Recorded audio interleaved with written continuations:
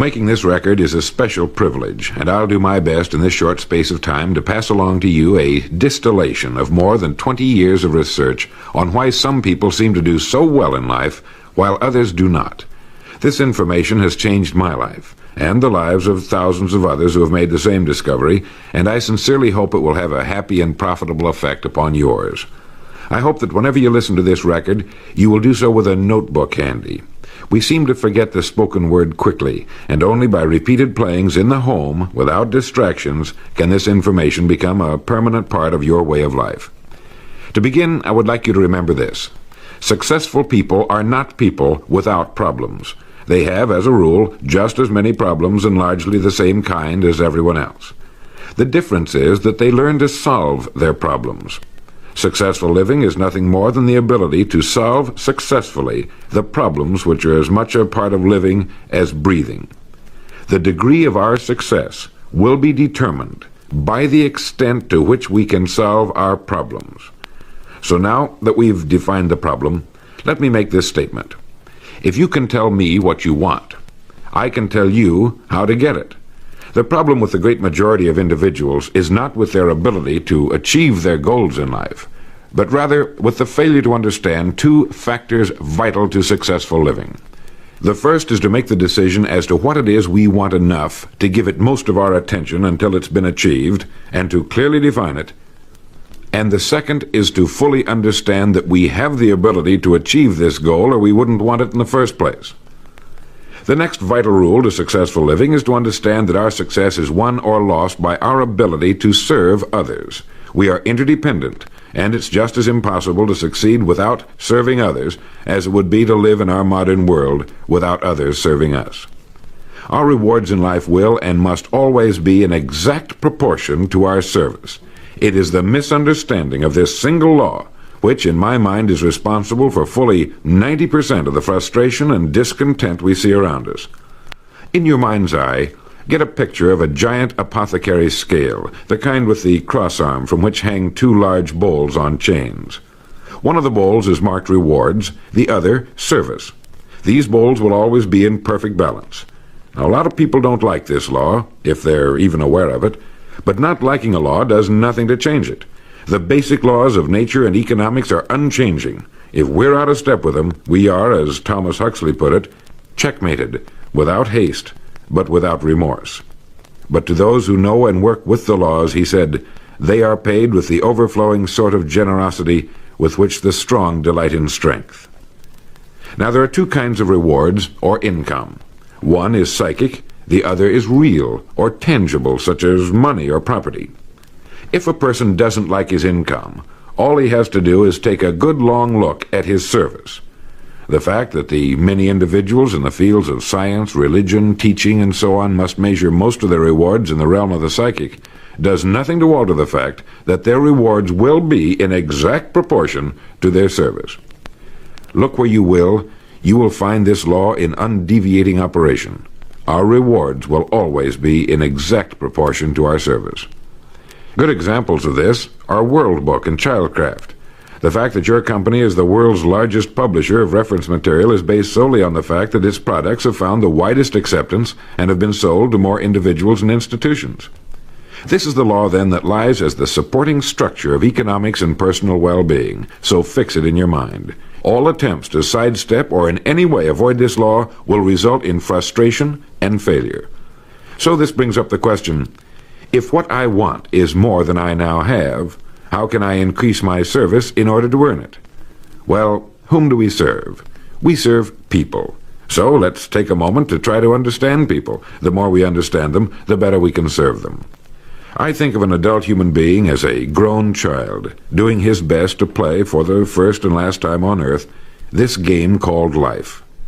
The extent to which he learns the rules of this mighty game will determine his success. But right here we run into an historic and exasperating fact. People down through the centuries have, with the most amazing consistency, divided themselves into two groups. One group contains about 5% of any given population. The other group contains the remaining 95%. Neither of these two groups is any better than the other. But one thing separates them.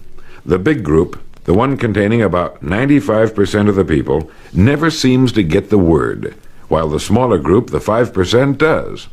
Now, what do I mean by getting the word? I mean about 95% of the people never quite understand, emotionally or intellectually, that we as individuals control, to an altogether unsuspected extent, our lives here on earth. That each one of us is the architect of the structure fashioned by our years. You see, all of us want the same things, but only about 5% figures out how to get them. I think it's perfectly stated in your World Book booklet titled Opportunity Unlimited. It says, within each of us burn two unquenchable ambitions: to serve importantly and to gain financial independence. Both of these worthwhile goals are within the reach of all of us, man or woman, but according to statistics, only about 5% achieve both of them. Why? Let's look at it logically. Every human being has a tendency to think, act, and talk like those by whom he is surrounded. This is environment, and it exercises an enormous influence on our lives. We've already pointed out that 95% don't seem to get the word in life. Then it follows that in the case of any given individual, the odds are 95 to 5 that he is surrounded by the larger group. And since a body in motion tends to remain in motion until acted upon by an outside force, that he will continue to conform to his group unless we can do a better job of serving him through knowledge. Here is our largest opportunity for service, and the rewards will take care of themselves. Now, right here, let me restate what we've covered so far. Our rewards, psychic and tangible, will be in proportion to our service. The failure of most people to live successfully is not caused by their lack of abilities, far from it, but rather in their failure to decide what it is they want, and understanding that our wants are governed by our talents and abilities, and that we are divided into two groups of roughly 5% and 95%, and that it's the 5% group which is successful. So here, let me give you a definition of success which, to my mind, covers the subject completely. Success is the progressive realization of a worthy ideal. That is, anyone who knows where he is going in life is a success. At the moment he makes the decision of what it is he intends to accomplish, of what it is he considers a worthy ideal, he is successful. Once this goal has been accomplished, he is again, by our definition, a failure, until he establishes a new goal toward which to work. To my mind, this is what we as human beings were intended to do, to go through life from one achievement to another, and to finally come to the end of our road here on earth, still reaching, still working toward a new and better plateau on which to stand. For this is to live and live completely, to know as much as we can know, to serve as much as we can serve, to accomplish as much as we can accomplish. Well, since success is the progressive realization of a worthy ideal, why are we faced with only 5% who can be called really successful? Because the best estimates available tell us that only about 5% will ever decide upon and define the one thing they want. One thing, because we can only do one thing at a time. To my mind, the story of a person's life is the story of a quest, a search to which he devotes his life. We know that the happiest people on earth are those who know exactly what it is they seek and set boldly out to find it. And while we're all dreamers, the fortunate ones are those who have found a dream so exciting and worthwhile that they'll devote a part or all of their lives to making that dream come true. But while all dream, by far the great majority, that 95%, never realizes that a persistent daydream is often the point on which we should set our compass, the place toward which it is meant for us to journey. The tragedy is that the great majority shrugs off this built-in direction finder and returns to the wide, visible, well-marked road in life which they feel must be the best road because it carries the heaviest traffic. Well, let's make this point clear. The road in life with the heaviest traffic is not the best road to follow, for it is the road of the 95%. It is the road with no more opportunity, and with 19 times as much competition. Let me very briefly tell you how I got started on this business of making a study of people and why they wind up the way they do. I spent nearly 20 years looking for the secret to achievement. I didn't know it was older than the pyramids and had appeared in more than 50 million books. It started in 1933 during the last Depression for me. I was bothered by the difference that existed between what I had been told and what I could see around me. For example, I had been told that man was God's noblest creature and had dominion over all the earth and all its other creatures. I knew this was true, but in my neighborhood the creatures were eating better than we were, and I wanted to know why so many were poor when there was such abundance on the earth. They had no money, but there was still as much as there had been a few years before. Where it had gone? They had little education, yet education was on every side of them. They had very little food, yet it was raised in abundance. They lived in inadequate and ugly dwellings, yet there were good homes for sale. Well, it was apparent to me that these people didn't have the answer to the problem. They were good people, but they didn't have the answers. Here were people who were discouraged and confused in a world which should have been filled with challenge and excitement. It's true that we were in a period of general depression, but to the thinking individual, this represents another problem to be solved, another challenge to overcome. And to many, it was the thing that sparked their greatest accomplishments. I remember reading something once about discouragement. It was a fable about a devil's sale, and he had his many wares on display. There was the rapier of jealousy, the dagger of fear, the strangling noose of hatred, each with its high price. But on a purple pedestal, gleaming dully in the light, was a worn and battered wedge. This was the devil's most prized possession, and it was not for sale, for with it alone he could stay in business. It was the wedge of discouragement. Well, as I remember it, the people in my neighborhood were a pretty discouraged lot. Now, discouragement can only come from one of two things. One, a lack of information, or two, a situation over which we can exercise no control. It is very seldom that we're faced with number two. Almost all discouragement can be traced to a lack of information. If you find yourself falling from the top of a high building, you could justify discouragement, but it can be traced to your having made the fatal step, and that was a lack of information about the law of gravity. When I asked these people why we were in the fix we were in, they did a very human thing. They blamed other people. They looked everywhere for the answer except where it really was, within themselves. These were the 95%. And I decided to find out just what it was that separated the haves from the have-nots, not just in a financial sense, but in every sense. I found the answers in books written by great men. I found the answer in the Bible. Why didn't these people of whom I speak know the answers? They didn't read good books. They didn't read the Bible. Everyone owned one because it was fashionable, like a set of Shakespeare, but they didn't read that either. They were discouraged because they lacked information. They didn't know the rules of this game called life, and they had been checkmated, without haste, but without remorse. They didn't realize that without a goal, an aiming point, we're without purpose or direction. They clung together, feeling somehow that there was safety in numbers, without realizing that in this case, just the opposite is true. They didn't know that if we conform to the big group, the odds are 95-5 that we'll miss the boat in life in almost every vital and important aspect of living. To prove this, you need only take a look at human history. Of all the billions of human beings who've lived on Earth, all great advances, all great ideas have come from just a handful, a few thousand out of billions. Now, how have the people as a group reacted to the great ideas? Every great leader and thinker, from Socrates to the Wright brothers, has been scorned, ridiculed, poisoned, imprisoned, stoned, pilloried, burned at the stake, or crucified. Mankind as a group has made a consistently grisly game of tormenting his saviors. Why? Lack of information, lack of knowledge. It comes from following the wrong crowd. What can we learn from all this as individuals? Two things. One, to amount to anything as individuals, we've got to be individuals. We've got to have individual goals, individual thinking, individual action. And two, we must never conform to the great mass of people.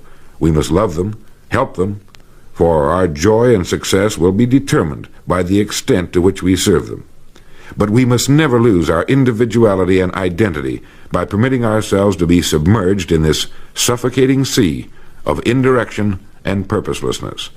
There's nothing wrong with emulation. In fact, it's a good idea. So long as we emulate a person who represents that which we wish to become, but never the crowd, never the 95%. And you know what the answer was, the secret to achievement that I had devoted nearly 20 years to finding? Its pure simplicity had caused it to elude me, just as it manages to elude the majority of the people in any given age. I had been looking for something complicated, something only a mind prepared by years of study could grasp, and I found the answer so simple a child can understand it. In 6 words, we are what we think about. Our minds, our thinking controls our destinies here on earth to a degree totally unsuspected by the great majority of people. When you think about it a moment, it becomes so obvious, so clear and simple. Well then, if we become what we think about, and if we can control our minds, we can pretty well tell our own future. And that's the point I want to make. That's what I meant when I said earlier that each one of us is the architect of the structure fashioned by our years. This means that if we're confused about what we wish to become or accomplish, our lives, our environment will mirror that confusion. It also means that if we know what it is we seek, that it must be accomplished. Barring an act of God or a catastrophe over which we have no control, we as individuals can call our own shots for the rest of our lives. We can know what it means to go through life from one success to another, to play life according to the rules and reap the rewards. We can know what it means to have peace of mind and live calm, cheerful, successful lives. You are at this moment the sum total of your thoughts to this point, for there is nothing else you can be. And 5 years from now, you can be and have anything you set your entire mind and heart upon. Turn this record over now, and let me tell you of a way you can use this law to accomplish more in 5 years than the average person does in 40. Succeeding in life has always been a matter of doing that which the great majority does not do. Now let's keep this in mind as we get into this business of goals. It isn't that I want to make an invidious comparison between the 5% and the 95%, not at all. That's just the way it is, and if we don't recognize it, it will be to our cost. At the beginning of this record, I made the statement, if you can tell me what you want, I can tell you how to get it. You see, the trick is not in achieving our goals, it is in establishing them. A ship would never leave a harbor if it did not have a destination. An industrial plant would never open its gates if it did not have a product or a purpose. Football would not be played without goalposts, nor would baseball without a home plate. Every business operates for a purpose. Every game has a reason. Getting back to the analogy of our ship, if you were to climb to the navigation bridge and ask the captain the name and location of his next port of call, he would tell you immediately. There's not the slightest doubt in his mind.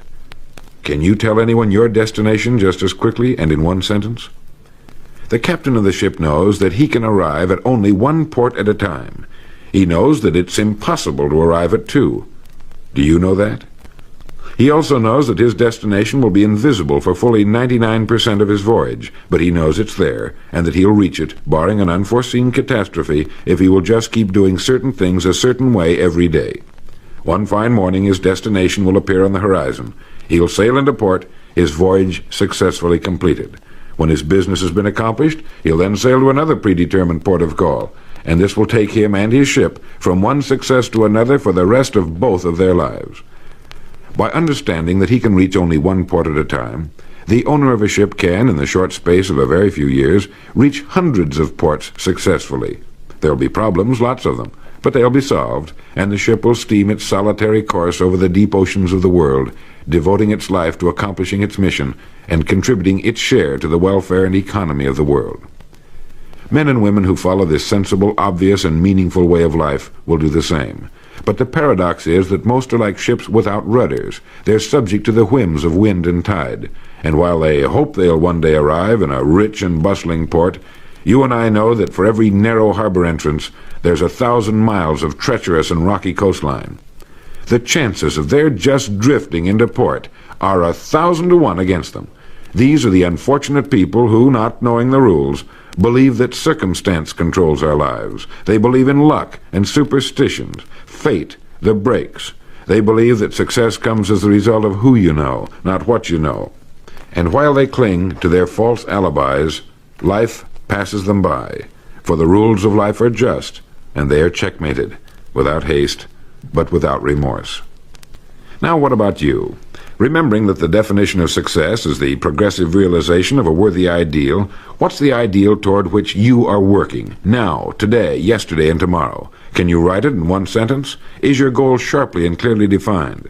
Now for a moment, let's return to the message in your booklet, Opportunity Unlimited. It reads, "Within each of us burn two unquenchable ambitions, to serve importantly and to gain financial independence."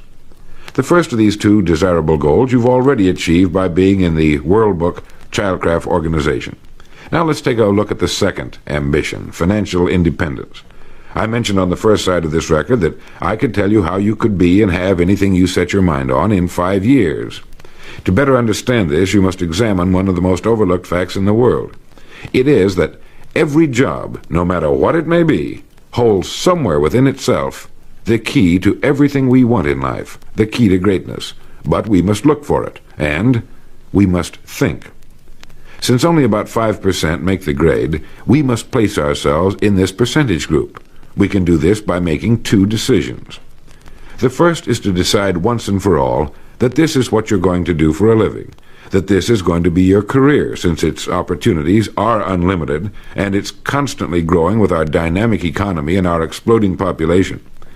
In the past 13 years, World Book sales have increased 800%, and even this enormous volume is expected to double in the next 5 years or less. I think you can easily see that by being in this business now, your future is unlimited in this organization, both from a career and economic standpoint. It is being undecided, uncommitted about what we're going to do that keeps us from doing our best. We're working with one hand and looking around with the other. As a result, we do neither satisfactorily. And remember, this work contains within it the road to greatness, the key to anything you want for yourself and your family. Hundreds of people have already proved this in the last few years, so make the decision once and for all. Once this has been made, you'll feel as though a weight has been lifted from your mind. Perhaps for the first time in your life, you'll know where you are in the world. You know you have a place where you can serve, where you're needed and respected, where what you're doing is important. Once this decision has been made, we come to the second. Decide to become a professional at your business. You see, we can either compete or create. If we compete with all the other people in our line of work, we must be willing to accept the same rewards. If that's what we want, fine. But if we want to become professionals at what we do, then we must create. And when we begin to do this, there's no limit to that which we can achieve. We hear a lot these days about a word called security. Everyone wants security, but not 1 in 10 can tell you what it is. Most people will tell you that security rests with a job. This is impossible. There is no such thing as a job that represents security. Anyone with a job can lose it for any one of 1,000 reasons at any time. Those people I saw back in 1933, demoralized and afraid, thought that a job represented security. And when it had been taken from them, they had lost everything. They found themselves lost in a world they didn't understand. No, a job cannot represent security. There is only one place on earth you can find security, and if it isn't there, it isn't anywhere. It's inside of a person, never outside. If a man has security inside, where it belongs, his wife and children can feel it when he sits down to eat with them, and they're warmed by it. If a man has security inside where it belongs, you can see it walking down the street, and you can feel it when he enters a room. That's security, and you can't take it away from him. You can take away his money, his home, everything but a wife who's willing to start over, and most of them are, and drop him anywhere in the country. Go back in a year, and he'll be doing just as well as when you found him the first time. You can't keep a good man down, no matter what you do to him. Like cream on milk. You can shake it all day, but just set it down for a while, and it'll bounce right to the top again. This man or this woman has security, where it belongs. And do you know where it comes from? It comes from doing what we do for a living surpassingly well. It comes from being a pro in a world of amateurs. Becoming a pro isn't difficult. It comes from knowing what to do with time. It comes from knowledge, planning, and working. First, knowledge. This means learning everything we can about what we sell, about World Book, Childcraft, and our sales material. Learning everything we can about people, since that's who we sell, and learning everything we can about selling, since that's our profession.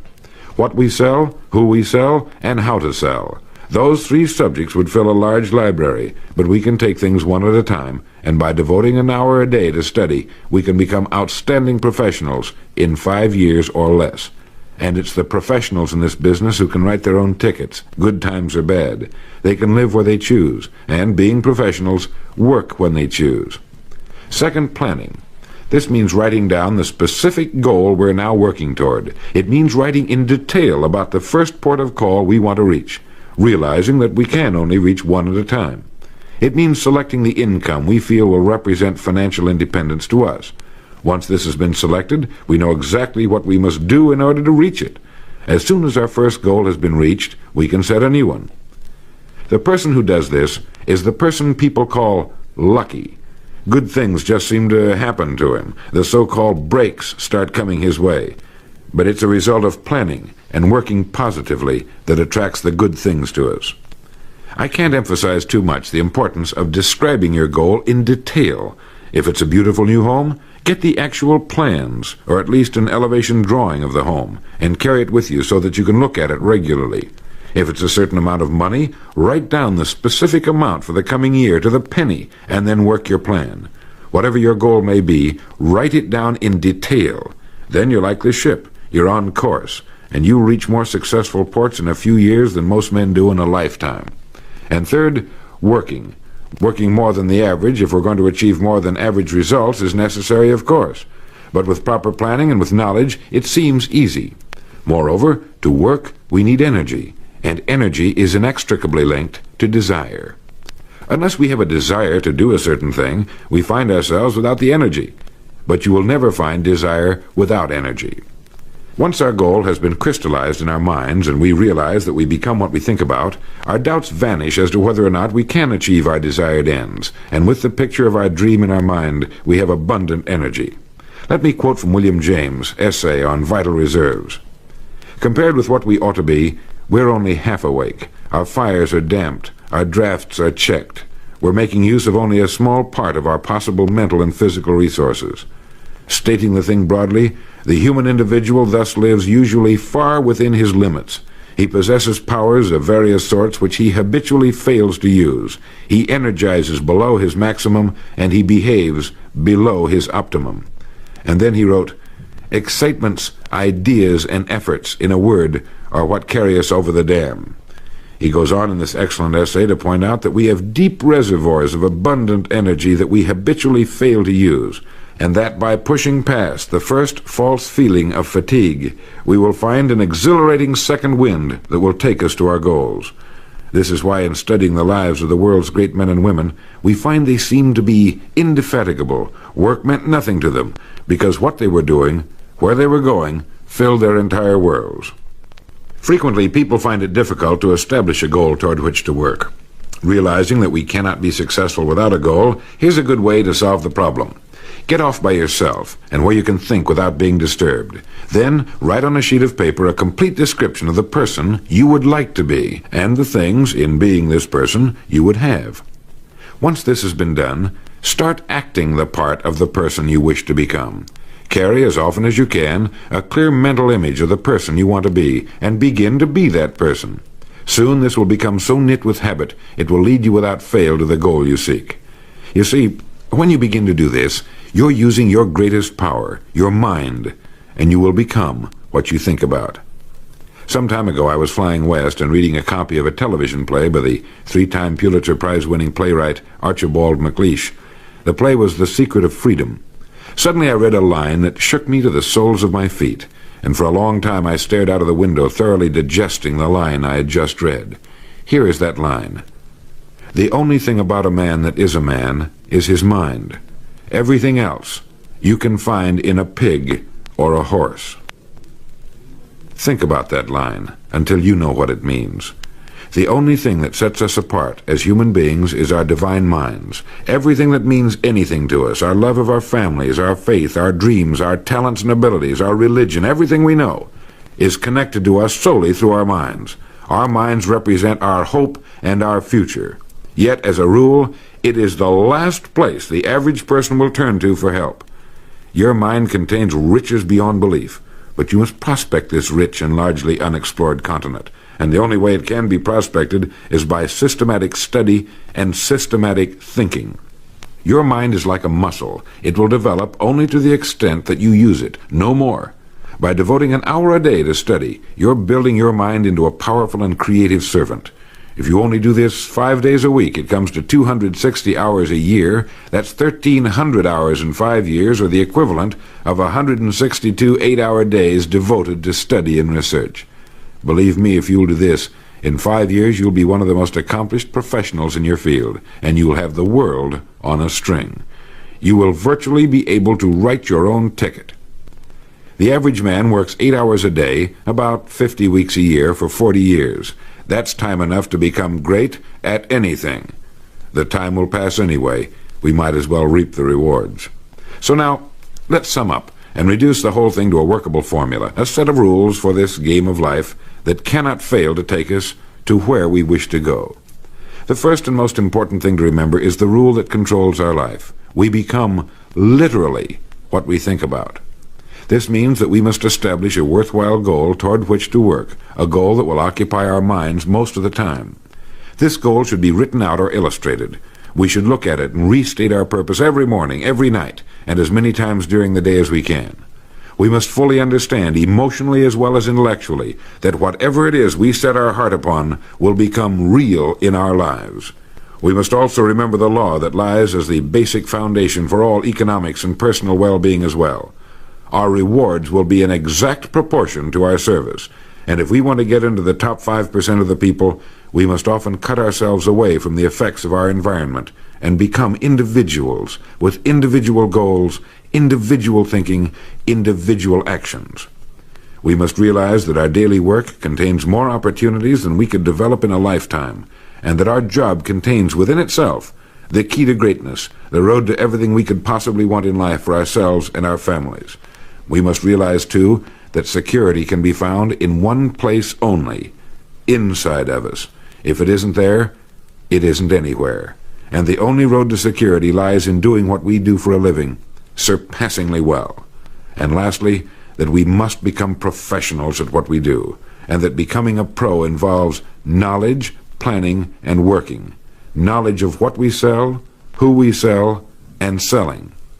Planning by establishing the goal, which automatically establishes our work pattern. The great salesman is like the great golfer. It looks easy the way he does it, because it is easy the way he does it. But it took time, dedication, and work in its accomplishment. Is it worth it? You bet it is. P.G. Hamilton once wrote, "Let's be different. A strong life is like that of a ship of war, which has its own place in the fleet and can share in its strength and discipline, but can also go forth alone to the solitude of the infinite sea. We ought to belong to society, to have our place in it, and yet be capable of a complete individual existence outside of it. And remember the strangest secret, will you? You are now, and you will become, what you think about." Thank you.